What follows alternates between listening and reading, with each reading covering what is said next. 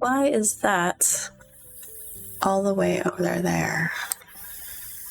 Okay, we have to move that over a little bit.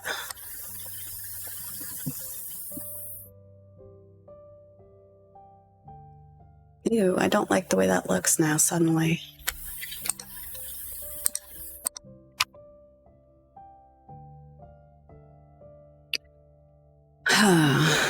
Okay, mic is good now. All right. Eventually we'll get this right. Eventually. All right, do you want to see, Bob, if... Hey, Abyss.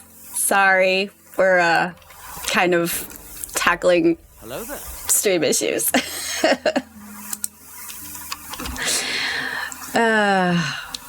Always a technical problem, man.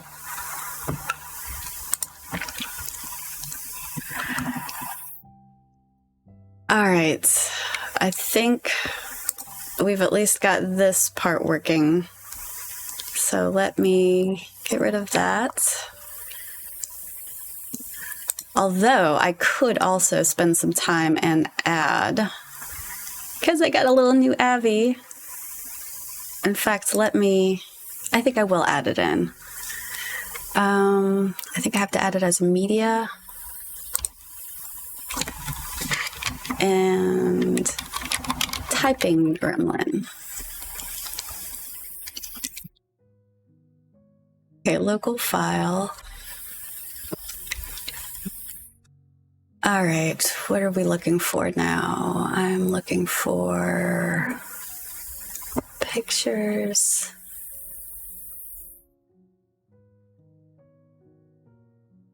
No, that is not the right place. Where do I have it?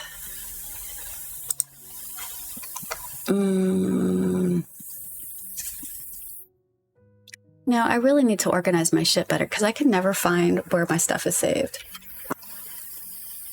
Oh, yes. Let me go ahead and set the summary. Sorry about that. Set summary. I forgot because we restarted it. It resets that. Okay, summary. Working on stream setup and writing this morning.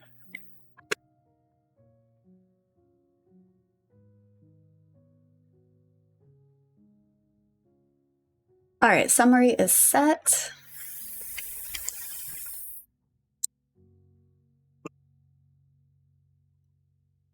All right, now, where did I save this? I saved it somewhere. I just don't know where. Oh, here it is. Nice. All right. Which one has the transparent background, though? Might be this one. Loop it.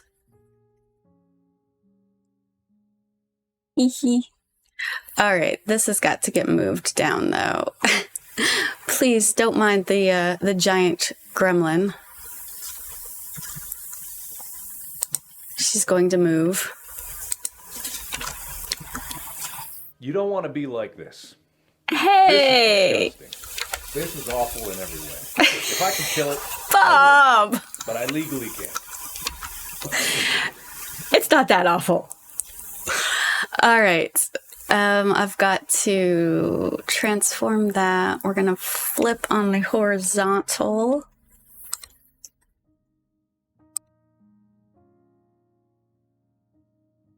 Where did it go?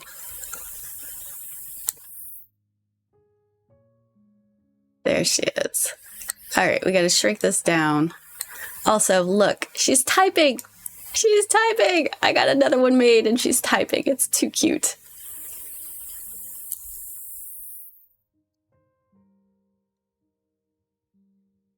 Oh, what do you think? I think it's adorable. I love it. But anyways, that's not the point. Okay, the point is that... Yeah, Obi-Wan was supposed to have a sound. He says hello, or hello there, I think.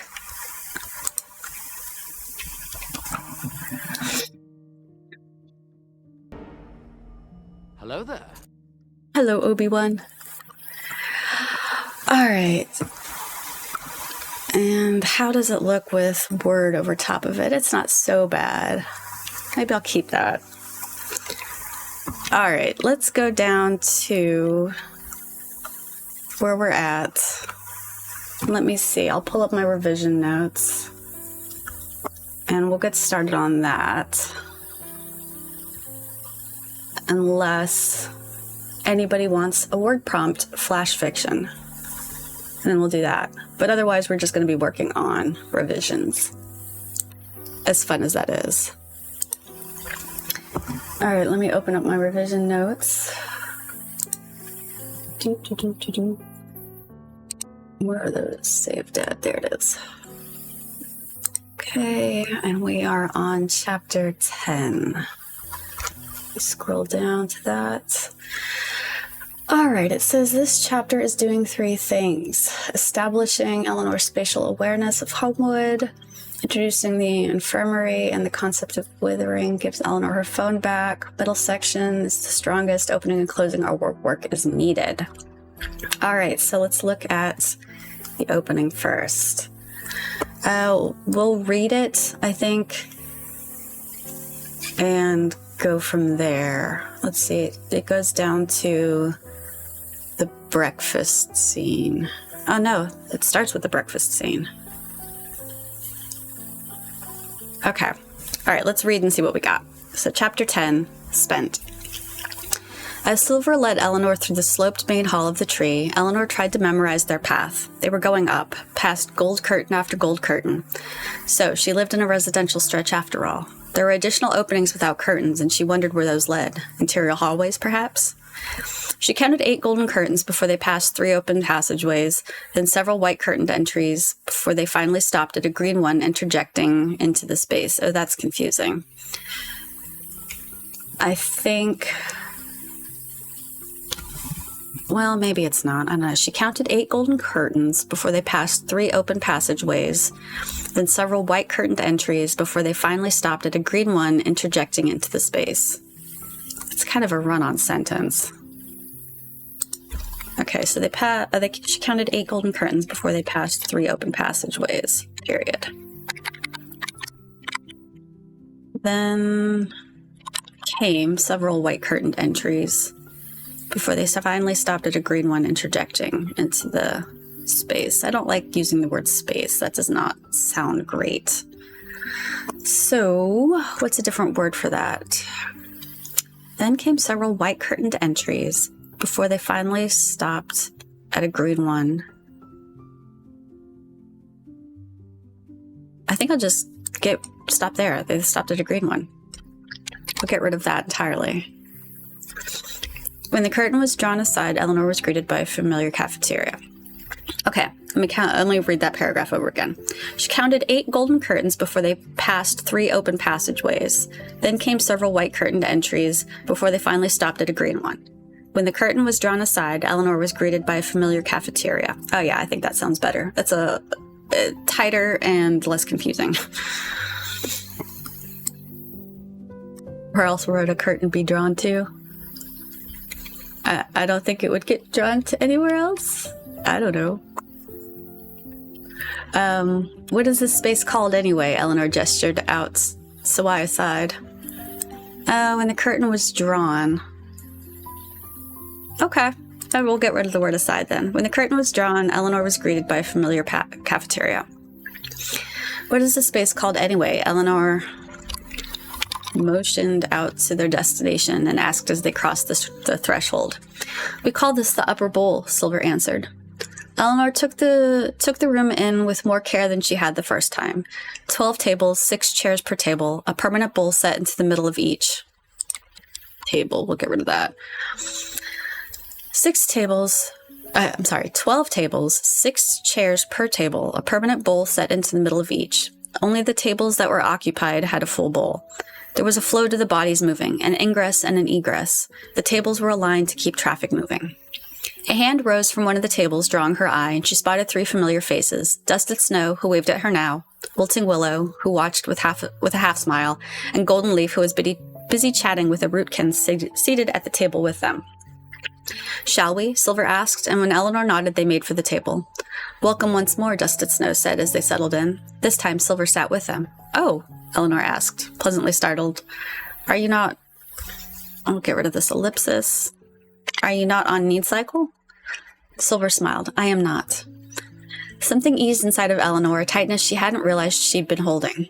So Rootkin did get time off. That was a relief. She frowned. That meant Silver was caring for her even on her time off, though. "You were seen last sun," Dusted Snow said with a smile, leaning forward. Not accusatory, just amused. "That's a little ominous," Eleanor replied, cautious. "Golden Leaf spotted you in the Rootkin district last sun," Dusted Snow explained, "at the Shelling Stones." Golden Leaf turned from the Rootkin he'd been chatting to... "You were hard at work. It was a pleasant sight to see." Eleanor blinked. "Oh, the Shelling Station. Was that where she'd taken a sample from? Had two seen her then?" Had two seen. I don't really like the word seen. Maybe we'll use the word caught instead. Had two caught her in the act then. Okay. Yeah, the Shelling Station. Was that where she'd taken the sample from? Had two caught her in the act? Had two caught her in the act. We don't need the word then at the end of that.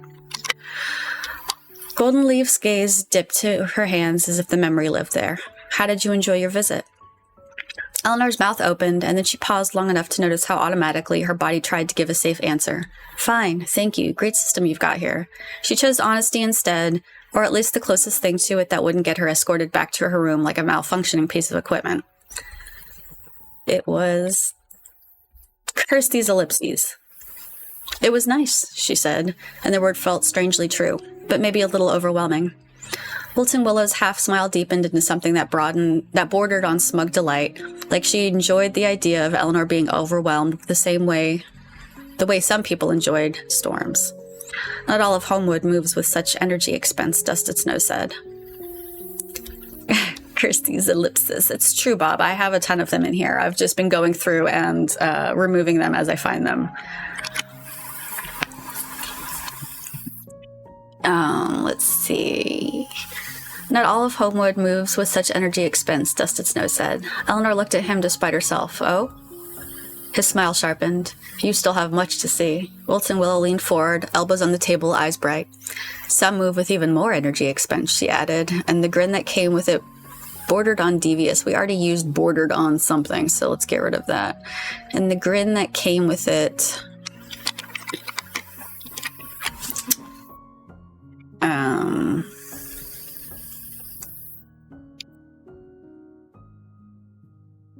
What do I want to say? What did the grin that came with it feel like?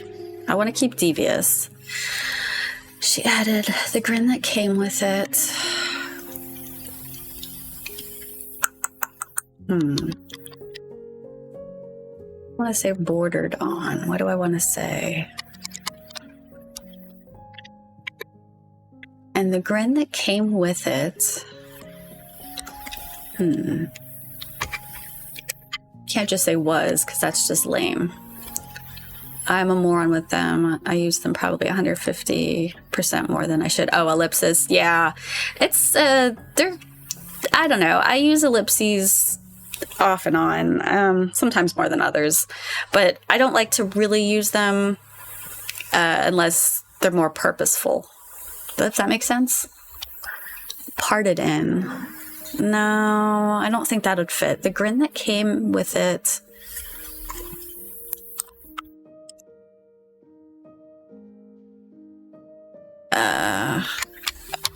Held a devious twist. Let's go with that. Wilting Willow leaned forward, elbows on the table, eyes bright. Some move with even more energy expense, she added, and the grin that came with it held a devious twist. That sounds okay, I think. Eleanor felt her curiosity lift its head like an animal that hadn't been fed in days. Golden Leaf, apparently satisfied with the direction the conversation had taken, reached for the bowl, plump with food at the center of their midst, as if claiming both the meal and the moment. "Let us eat first and share tales," he interjected. "Then we will take you below to our resting bands." Eleanor's hands hovered for a half-second before she reached for the food. The bowl was brimming, a careful arrangement of fruit segments in dense bread-like rounds that smelled faintly of sap. She watched how the others served themselves. No grabbing, no scrambling, no haste. Each motion intentional, each portion measured. A managed ecosystem, a managed meal. Silver served herself last, and Eleanor noticed that too. Breakfast proceeded amicably, the conversation steering mostly toward the Rootkin district and what Silver and the other Rootkin often did in that zone. It wasn't lecture-like, thankfully. It was... Damn this ellipsis again. It was anecdotal. How the hell does that word get pronounced? Anecdotal. Anecdotal. That's the word. It was anecdotal. As if the work was so normal to them that it could be spoken of casually. The other Rootkin in their midst talked about, if you can't say it, you can't use it. That's bullshit, Bob. I refuse to abide by that. But I got it eventually. Anecdotal. See? I can say it. It's the law. The other Rootkin in their midst talked about the nut shelling as if it were a seasonal celebration rather than labor. The shells are stubborn, he said. I've used the word gesturing way too much.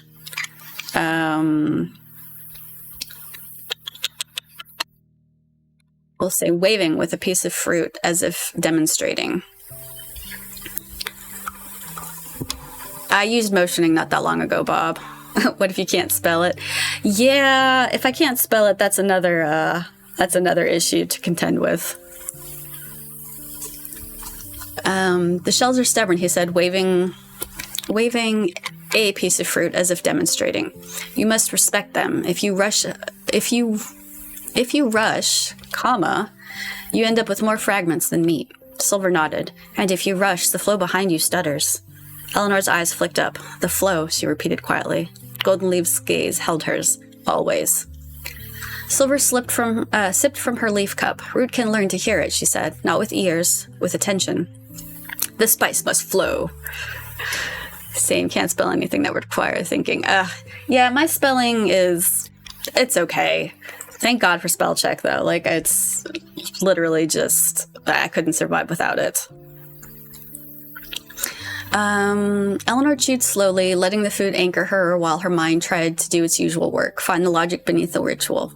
The system loved flow. It worshipped flow. Everything in Homewood, from the placement of the tables to the movement of Rootkin through curtained hallways, was designed around it. Nothing jammed, nothing pooled, nothing was allowed to become waste. Okay, we're going to condense that. Nothing jammed or pooled, nothing was allowed to become waste. Spell check does sometimes mess up words of this. Yeah, for sure. I think I have more problem with it trying to fix things that don't need fixing, like this right here. She needed facts before dread. It wants to change this word to dreading, and I'm like, that's not appropriate, or not appropriate, but it's like that's not the right usage, and I don't know where it comes or where it pulls that stuff from. Everything in Homewood, from the placement of the tables to the movement of Rootkin through curtain hallways, was designed around it. Nothing jammed or pulled, nothing was allowed to become waste. And if nothing was wasted, Eleanor forced herself away from that spiral and back into the moment. She needed facts before dread. Dread was easy. Facts were useful. So, she said, aiming for casual, what's a resting band? Especially when streamers got closed caption on. Oh, yeah, God, closed caption really, really screws up sometimes. But in, like, the funniest way. I kind of like to watch videos that have really bad closed captionings only because it's pretty hilarious to see what it comes up with. I do feel really bad, though, for the people who need it, because it's not fair.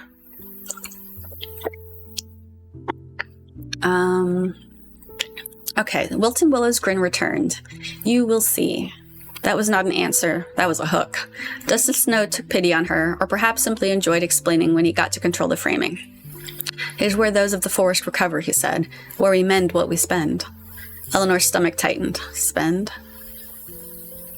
Spend, that should be a question mark. Golden Leaf nodded, unbothered. Attention, sap, green flow, strength. Eleanor stared at her hands again, remembering the shelling stones. The rootkin's steady movements, the endless looping of processing, the way nobody stopped, not really. The way even rest seemed like it would have a purpose here, a function, a quota. They wrapped up breakfast with the same efficiency they did everything. No lingering, no dawdling, no conversation that risked drifting into the dangerous places. I think we can get rid of that centerpiece.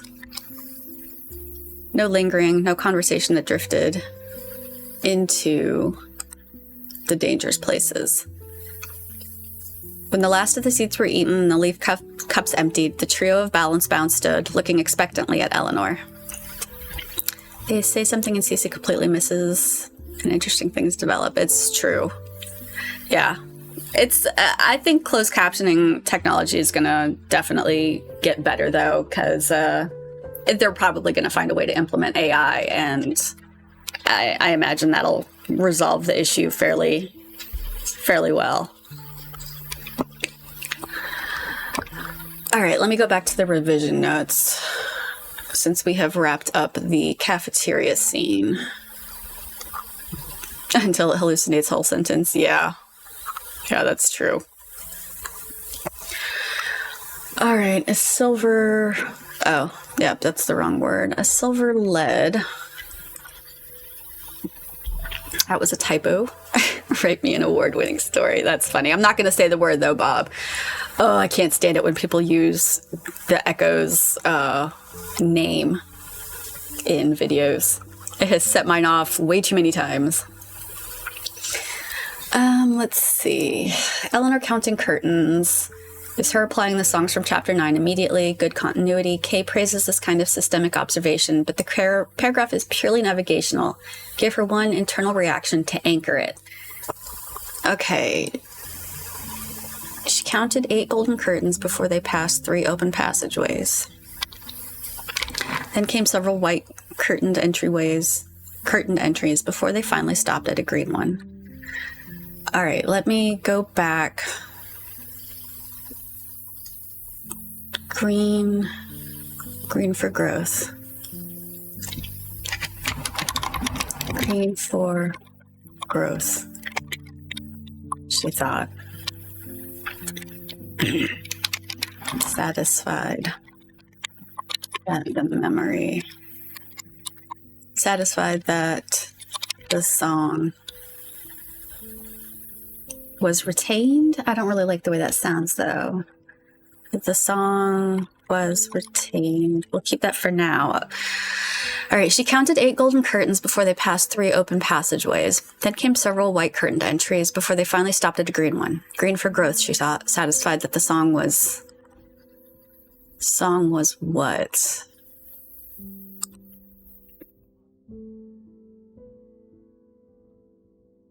The song... Green for growth, she thought. You know what? I'll just get rid of that part. Green for growth, she thought. Thanks, Bob. Deep in thought. Green for growth, she thought. When the curtains were drawn, Eleanor was greeted by a familiar cafeteria. All right. See, this is Eleanor cataloging, and it's invoice, but H flags that the breakfast descriptions feel a bit long, and Kay said that the descriptions of meals and recovery rooms are immersive, but could feel a bit long. The table count and chair count are more detailed than the scene needs. The observation that matters is only the tables that were occupied had a full bowl. That's the system logic detail Eleanor would fixate on. Resources appear where needed, not everywhere. Keep that. Trim the furniture senses. Okay. Eleanor took the room in with more care than she had the first time.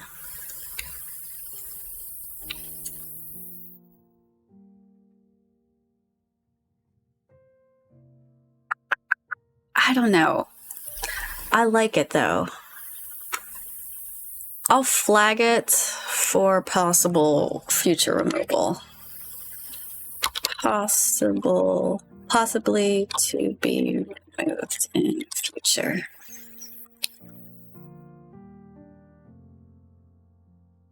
All right. So we'll flag that as a problem child and continue on. All right. It says breakfast with the trio. Social dynamics are working but compress the exposition. Something loosened in her chest. Okay. So it says we used the same description earlier when Silver sat down. Okay. This scene right here. Something eased inside of Eleanor, tightness she hadn't realized she'd been holding. It's flagging that as having been used earlier.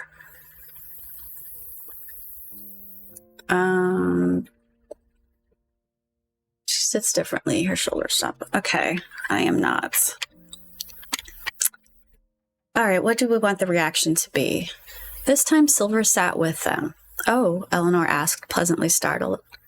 Are you not on need cycle? Silver smiled. I am not. Bob. Evidently this girl is tight often. That's... Well, you know, she's in a stressful situation. To be fair. Your double entendre is not lost on me. All right. Something eases inside of Eleanor. And her shoulders loosened. All right, I think that'll sound better. And her shoulders loosened.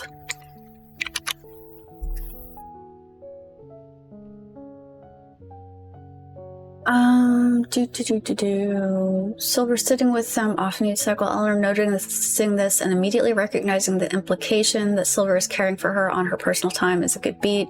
Shows her attention to labor dynamics. Keep, but the two-sentence processing could be Eleanor filed that and its implications away. Okay. So the rootkin did get time off. That was a relief. She frowned. That meant Silver was caring for her. How do we want to phrase that? Okay, she frowned. Silver was caring for her on her own time.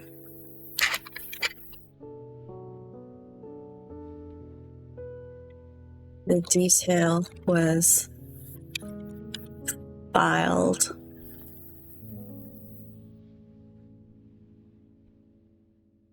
Eleanor filed that and its implications away. The detail was filed. The detail and its implications. Did I use filed away? Okay, the detail and its implications were noted. No, I don't like noted either. Something eased inside of Eleanor and her shoulders loosened. So Rootkin did get time off. That was a relief. She frowned. She frowned, though. I think I like that better. She frowned, though. Silver was caring for her on her own time. The detail, that detail, and its implications were what? Were unsettling? No, because they're not unsettling. Were...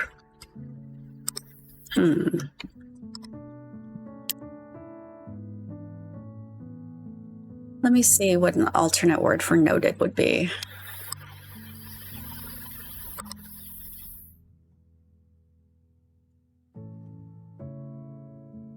Or...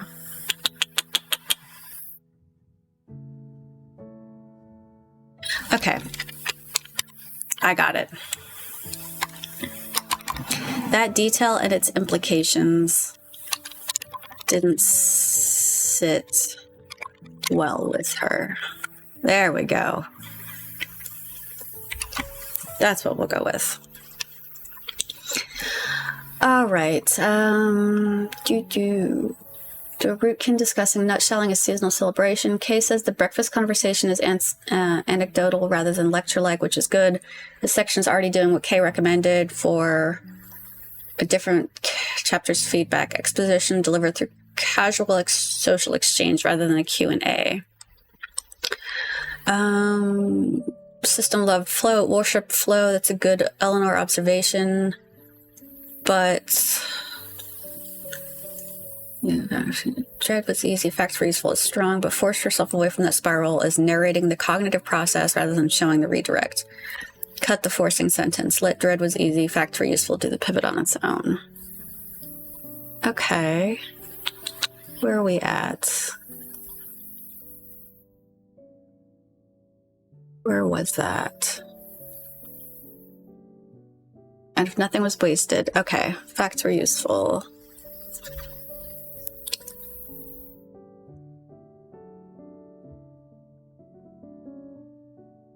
Okay, so we'll get rid of that. Put no. She needed facts before dread. Dread was easy. Facts were useful. There we go. That's stronger.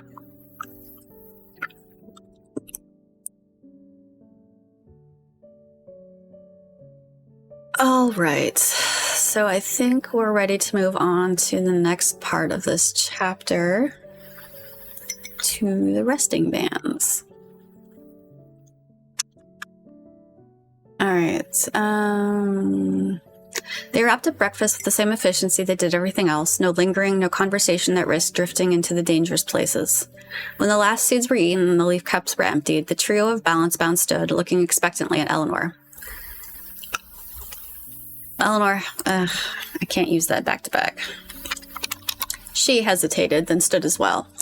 Her shoulders ached when she moved, a slow throb that reminded her that her body was not finished changing just because she wasn't looking at it.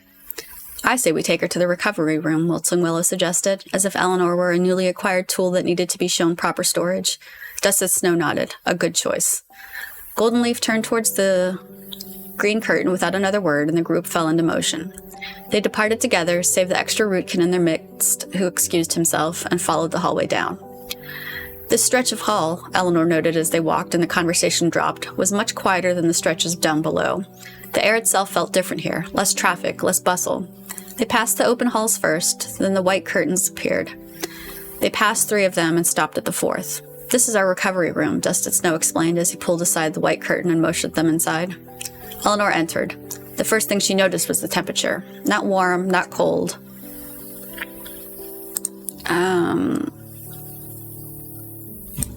Not warm or cold. Not warm or cold, controlled. A steady, cool humidity that felt engineered to slow inflammation, to keep breath easy. That should keep breath easy, to keep bodies from overheating while they repaired themselves. The second thing she noticed was the smell, sharp and medicinal, sap, faintly sweet, and beneath that, something like metal. Not literal metal, but the same tang she associated with blood. The room was dim, lit by amber veins in the walls that pulsed slow as a resting heartbeat. Beds lined the edges, grown from the tree itself, each one cradled in thick moss and woven fiber. Some were occupied. Forest folk lay in stillness that wasn't sleep so much as enforced recovery. Bandaged limbs, darkened patches of bark-like skin where injuries had been healed and rehealed and healed again. A few rootkin moved among them with bowls and cloths, their steps quiet, their hands steady. Eleanor's chest tightened. I've used this too often. Eleanor... What do I want Eleanor to do? Eleanor... I think instead of tasting like metal, the blood should taste like iron. IMO. Isn't iron a type of metal?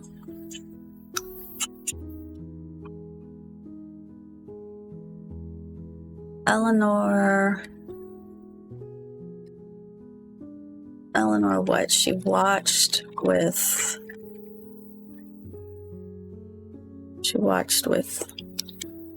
interest.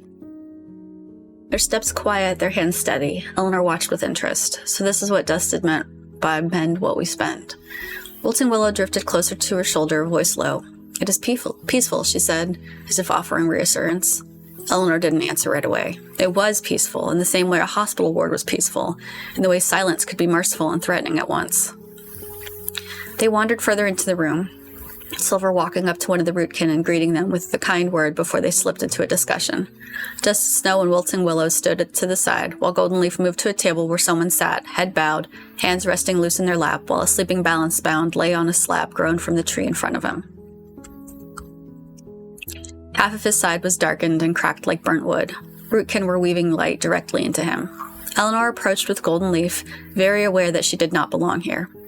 Once they were close enough, they both glanced down at the figure. Golden Leaf said nothing, but clasped the sitting man on the shoulder, while Eleanor gaped in surprise. It was Summer Fire. His eyes met with hers for a moment, bouncing between them as if searching for something, but before he could find it, he stood and gave them both a curt nod. He turned without saying a word, then left swiftly, as if they'd chased him from the room. "Okay," Eleanor said, not sure how to take his response. "Summer Fire beneath 1,000 songs is more private than most," Golden Leaf said apologetically. The golden light coming from the rootkin's hands across from them pulsed brightly, drawing Eleanor's attention again. "Can you feel that?" she whispered over her shoulder to Golden as they looked down at the man. "Yes," Golden Leaf answered. "Does it hurt?" Golden Leaf tilted his head. "Balance often does." "What happened to him?" "He is balance bound of regulation, like myself," Golden Leaf answered. "But he carries much more cost than I. He is of many sons and is most stubborn." "You know him well?" Eleanor asked, eyes falling to the sleeping man. "Well enough," Golden Leaf answered. "He mentored many, Summer Fire and myself included. But I still don't understand what happened to him." "The withering has begun," Wilting Willow interjected, stepping into their midst. "And that is?" "When cost accumulates without resolution," Wilting Willow answered flatly, clinically, going on without pause. "Rushing leaves through empty trees carries it well," she added the last part with a hint of approval in her tone. Eleanor felt something curdle in her stomach. She backed away then 1 step, 2, and a hand laid lightly on her shoulder brought her to an abrupt stop. "Is it time to depart?" Silver asked gently, kindly, and Eleanor wanted to hug her for a moment as she nodded. They all slipped back out into the hallway together, the mood diminished from where it had started after breakfast. They stood there in silence for several heartbeats, eyes trading glances. "Green bands are more lively," Wilton Willow spoke first. "I will show you." "Perhaps the lower green might be best for now," Silver suggested smoothly, stepping up to Eleanor's side and placing a hand against her arm. Wilton Willow seemed to weigh the response, her eyes examining Eleanor with interest. "Perhaps," she agreed, then shrugged a shoulder. "I must expend some energy, however. Golden, Dusted, shall we head to the Tangle?" "The Tangle?" Eleanor asked. Wilton Willow grinned, the expression more danger than comfort. "Another day," she promised. And so their group separated once more, and Eleanor left with Silver, heading down the sloped hallway to what Silver had called the lower green. All right, back to the revision notes. The resting band's transition. Distance phrasing is in voice, introduced concept economically. World bidding, keep. Paragraph where Eleanor remembers the root can steady hands and wonders if rest has a quota is good. It connects her observations from chapter 7 to a new context, but it's slightly long. All right. Where was that?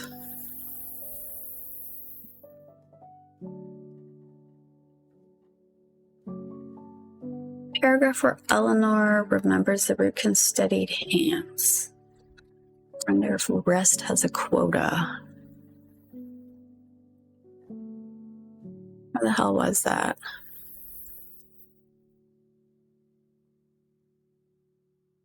It's gotta be somewhere.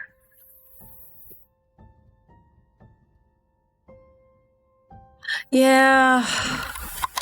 We'll look up the word quota.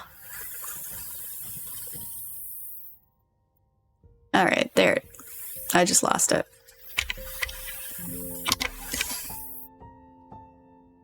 There it is. All right.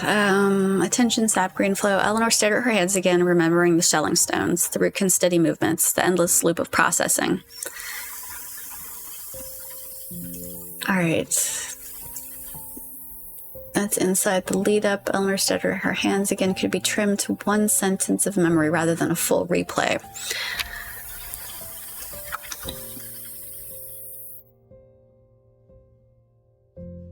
Okay, so I think we can probably get rid of all 3 of these sentences. So let's read it without that. Eleanor stared at her hands again, remembering the shelling stones. The way even rest seemed like it would have a purpose here, a function, a quota. I think these 2 can go. All right, Eleanor stared at her hands again, remembering the shelling stones. The way nobody stopped, not really. The way even rest seemed like it would have a purpose here, a function, a quota. There, that sounds better.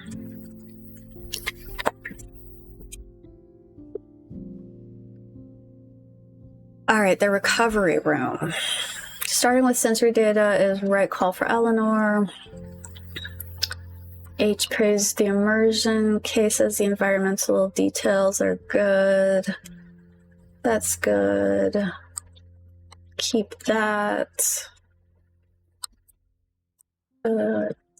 K flags the summer's brief interactions could feel logistically quick, and readers may wonder about the protocol. But here, the quickness is the point. He doesn't want to be seen in a vulnerable context. There's the right amount of explanation.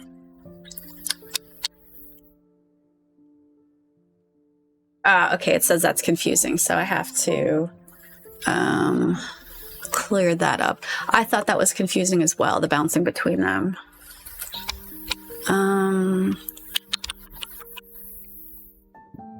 Okay, his eyes met with hers for a moment.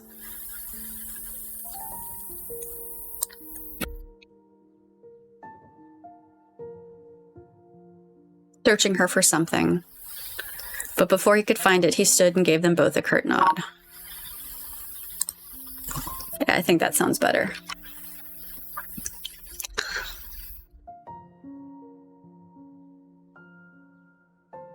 Okay. He turned without saying a word, then left swiftly, as if they'd chased him from the room. Okay, so I clarified that. Withering introduction. Keep.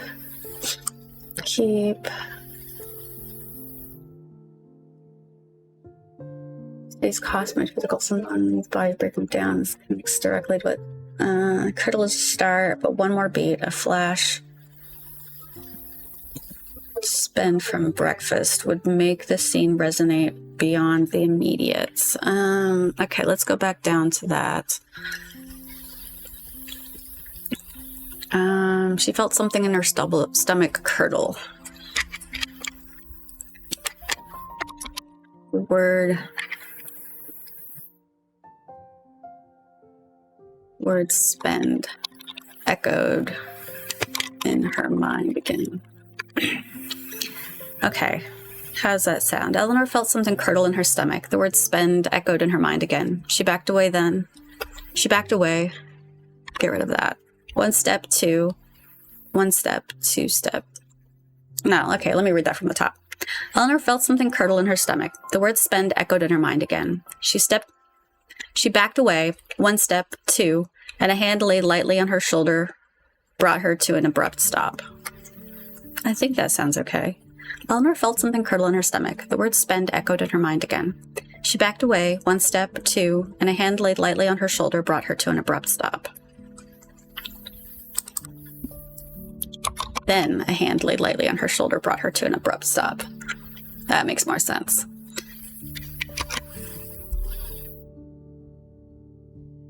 All right.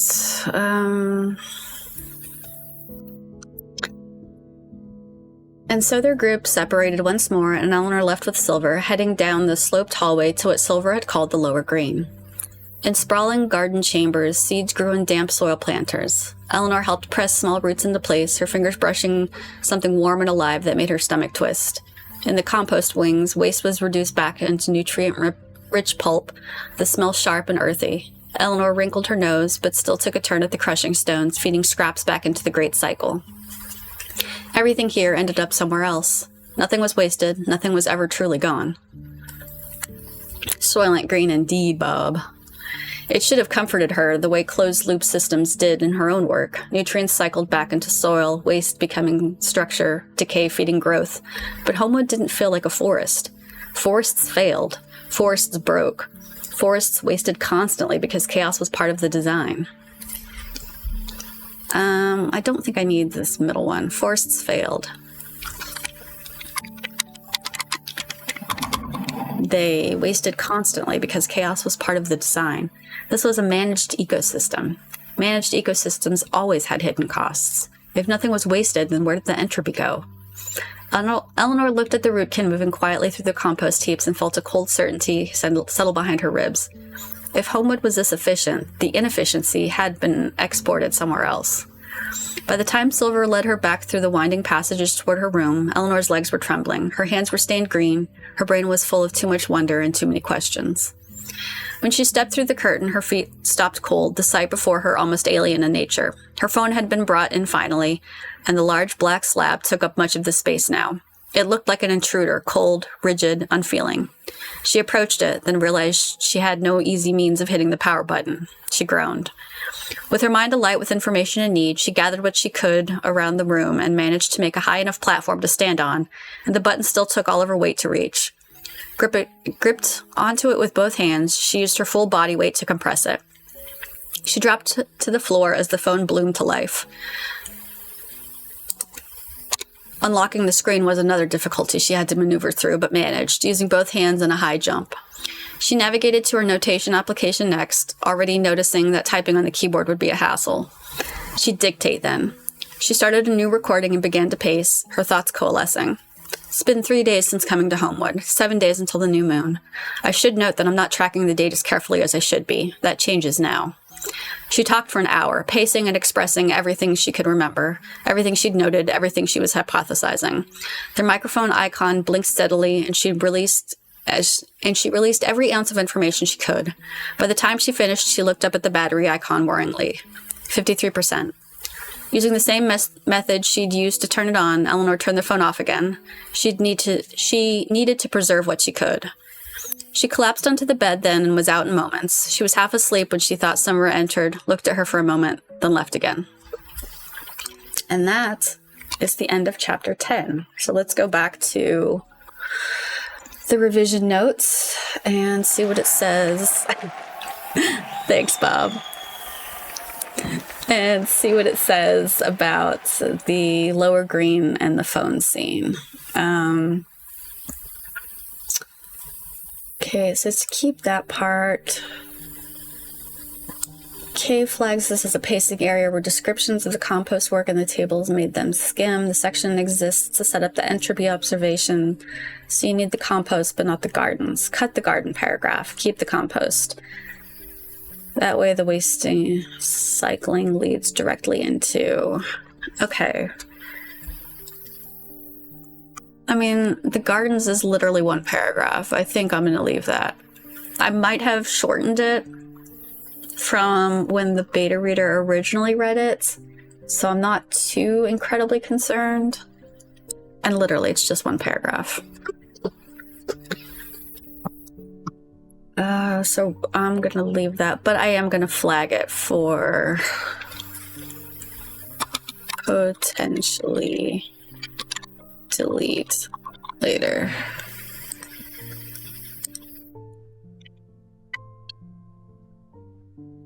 All right, we've got to keep that. Keep that. All right, so the phone scene. Functional, but it needs physical specificity. H praised the phone scene as a highlight and great funny moment of human frustration clashing with an alien world. Also says the paragraph is a little dense, though. It's just breaking it into smaller chunks. Okay.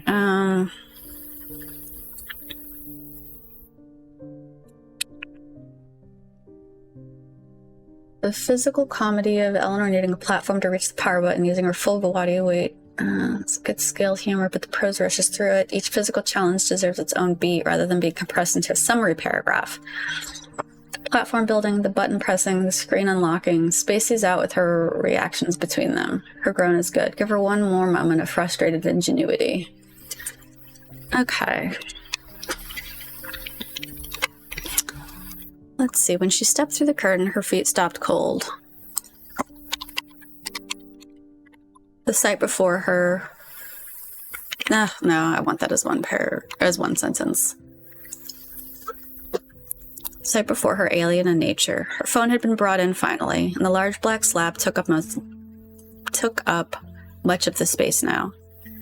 It looked like an intruder, cold, rigid, unfeeling.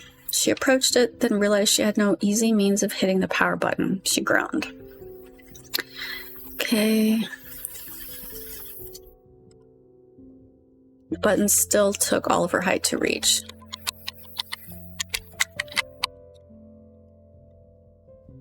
Come on. She grunted as she strained.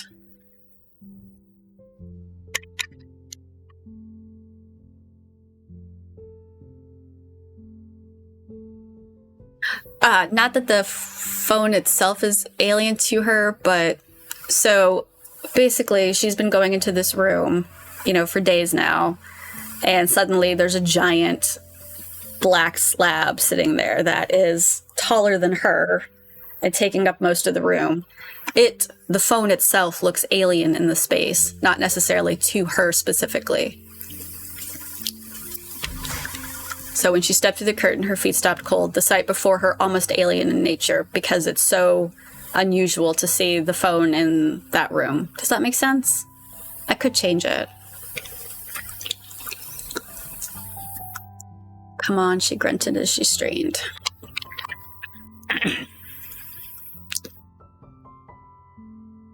I think that should do it. She gripped onto it with both hands. She used her full body weight to compress it.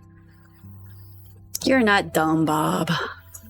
When she stepped through the curtain, her feet stopped cold. The sight before her,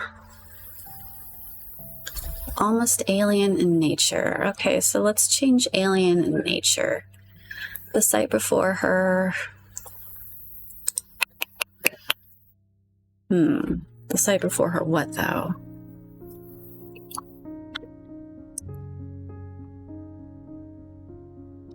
The sight before her what?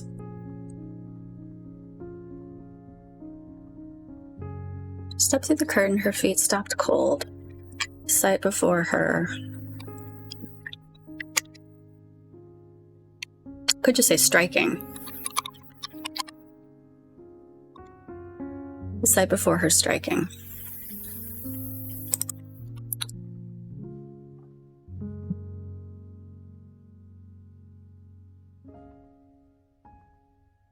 Yeah, I think striking is the better way. Okay, so when she stepped through the curtain, her feet stopped cold, the sight before her striking.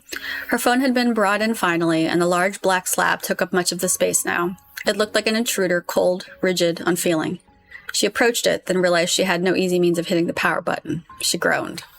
With her mind alight with information and need, she gathered what she could around the room and managed to make a high enough platform to stand on, and the button still took all of her height to reach. Come on, she grunted as she strained.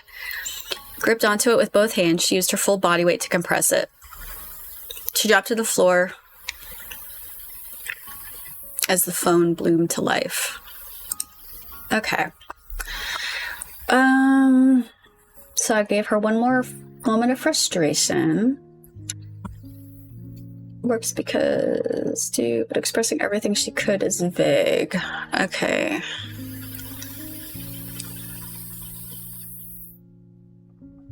Where did I write that? She dictated down. She started her thoughts coalescing.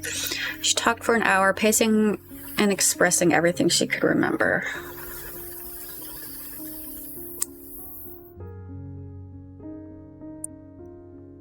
All right, so it says that's too vague. One or two specific things she dictates. The curtain system, the entropy question, the withering, would make the hour feel real without transcribing it. She talked for an hour, pacing.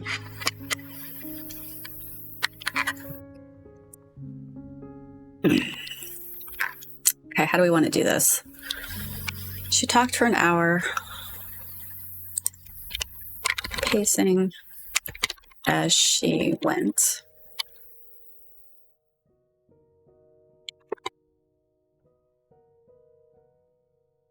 She talked for an hour, pacing as she went. Okay, let's see. What can we put in here?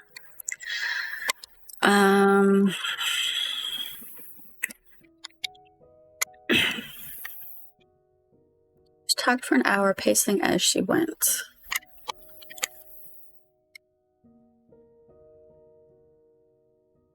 She started at the beginning and worked through everything that had transpired.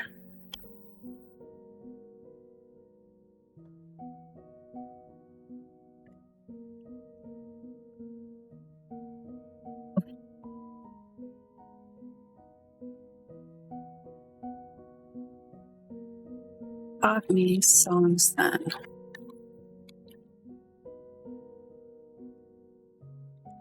She paused and took a breath. She paused. She paused and what? She talked for an hour, pacing as she went. She started at the beginning and worked through everything that had transpired. Yeah, I don't like that. She talked for an hour, pacing as she went.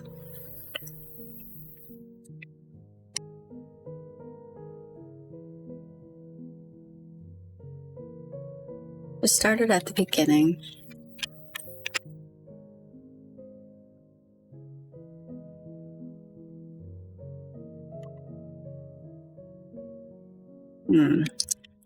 Shit. How to phrase this? She talked for an hour, pacing as she went. She started at the beginning.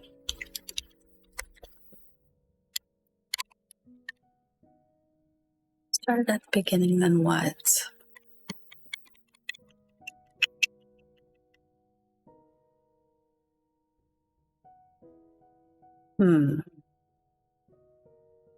She started at the beginning.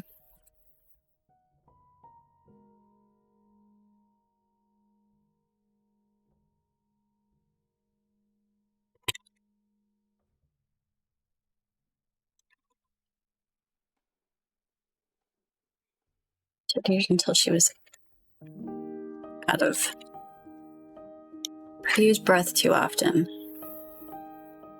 It continued until her mouth ran dry.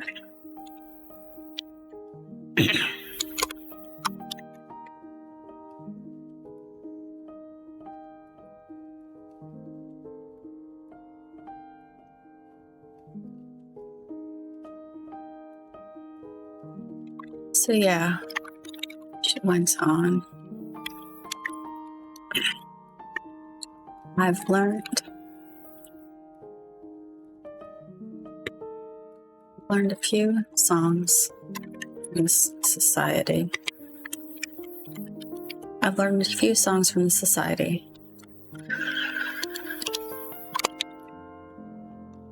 And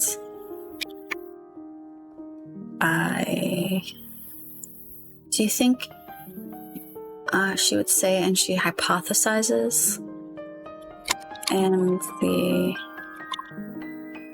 we'll say the working hypothesis is that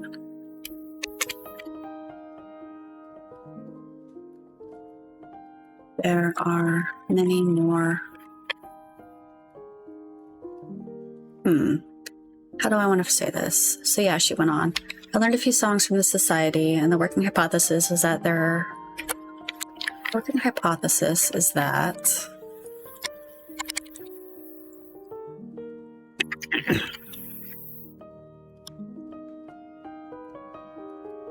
this is how they teach things. More research needed, however. So yeah, she went on. I learned a few songs from the society, and the working hypothesis is that this is how they teach things. More research needed, however.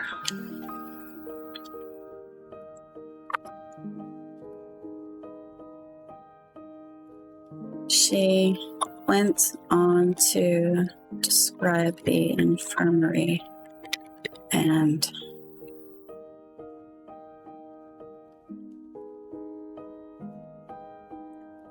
she went on to describe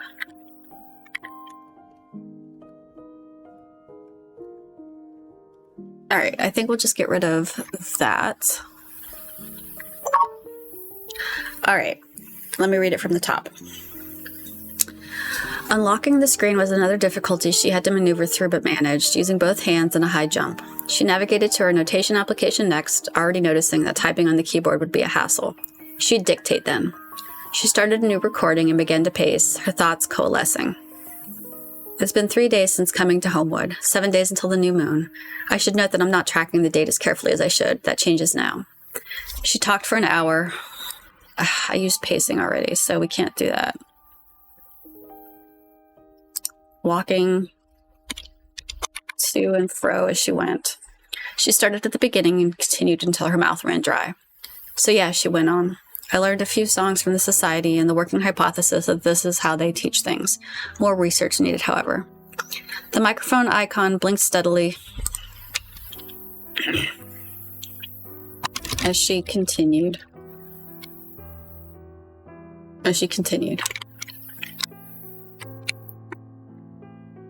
By the time she finished, she looked up at the battery icon worryingly. 53%. Okay, I think that sounds a little bit stronger.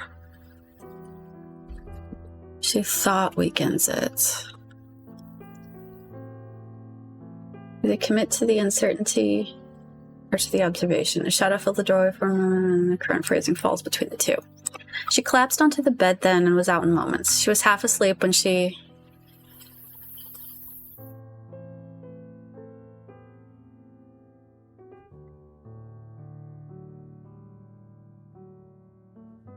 When she dreamt, Summer entered, looked at her, then left again. So I think we'll stick with dreamt. That gives it a softer note.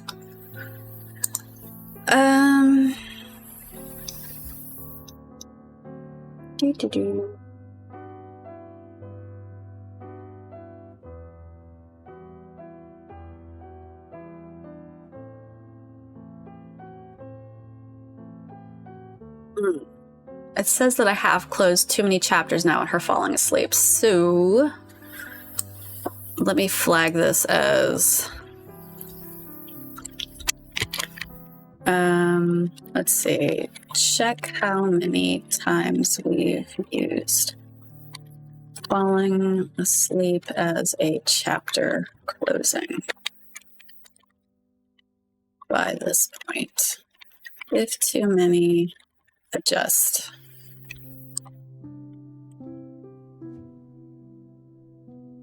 All right, and that is chapter 10.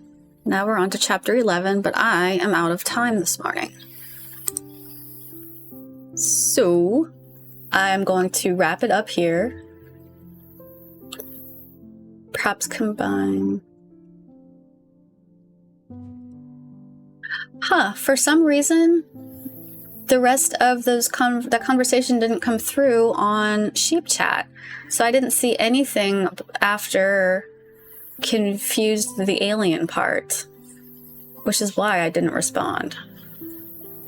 It's a little confusing to me, but then again, I'm dumb. Maybe now alien.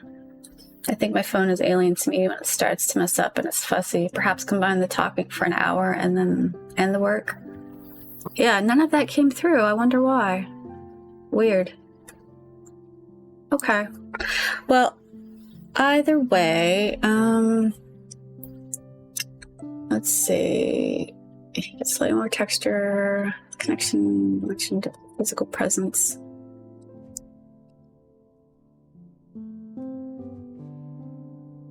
All right. This flags that I still need to add a physical distinguishing detail to golden leaf, so I'm gonna have to remember that. I think I'm gonna keep this part of the revision notes open and go back in later.